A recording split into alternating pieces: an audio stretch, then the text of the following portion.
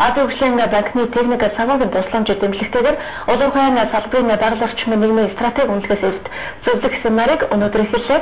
Эндээс бэлдсэн сурвалжлыг сэтгүүлч Арамтул хөгнө. Арамтулгийн мэдээлэл өгөхгүй. Арамтулгийн. Тэгэхээр өнөөдөр болсон улуун ухааны салбарт байгаль орчин нийгмийн стратеги үнэлгээ болон бөгөөд байгаль орчинд нөлөөлөх байдлын үнэлгээний шинэ хууль гаргасантай холбогдуулан энэхүү хуулийг хэрэгжилттэй холбогдуулан бас энэхүү зөвлөлтөх семинарыг зохион байгуулж байгаа. Энэхүү зөвлөлтөх семинарт бол уул уурхай яам Монголын ногоо байгаль орчны яам болон бусад холбогдох яам агентлаг хувийн хөвчлөлийн энд оролцсон байгаа.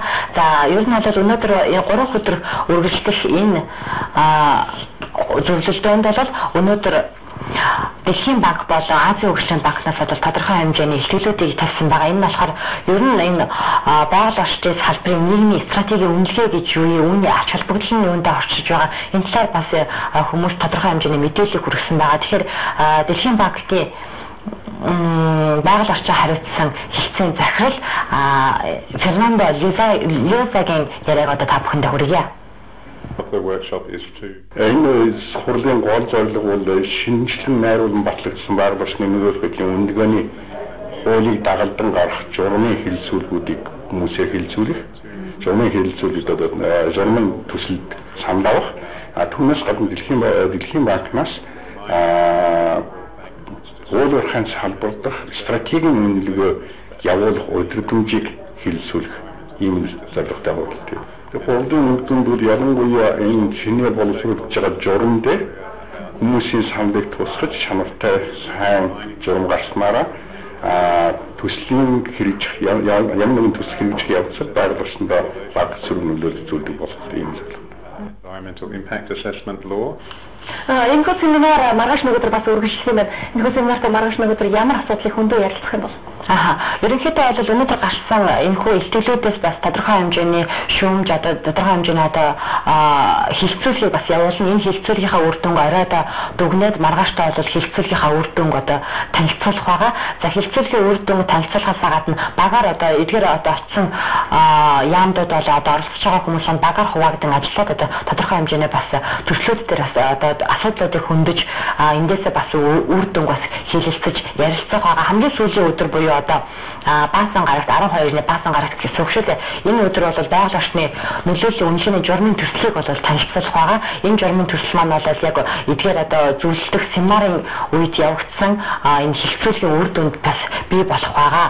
За тэгээд байгаль орчны стратегийн үнэлгээ болон хоримтлах нөлөөллийн үнэлгээ байгаль орчны нөлөөллийн үнэлгээний журмын төслүүдэд олон нийтийн оролцоог хэрхэн тусгах вэ гэсэн асуудал дээр бас Азийн хөгжлийн банкнаас тодорхой хэмжээний бас юунуудыг мэдээллүүдийг хүргэх байгаа.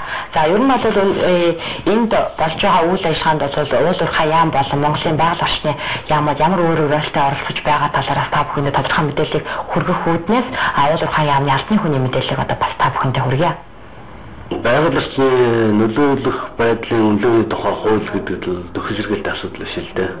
Тэгэхээр энэ тухайн уул уурхайн үйл ажиллагаанаас шалтгаалan тэр байгаа бүс нутагт бий болж байгаа байгаль экологи нөлөөлж байгаа нөлөөлөл тэрийг үнэлж байгаа. Тэрнээс гадна дээрээс нь тэр орчинд амьдарч байгаа ард иргэд тэдний амьдрал болон амьдралын хэм маягт хэрхэн өөрчлөлт үзүүлэх вэ?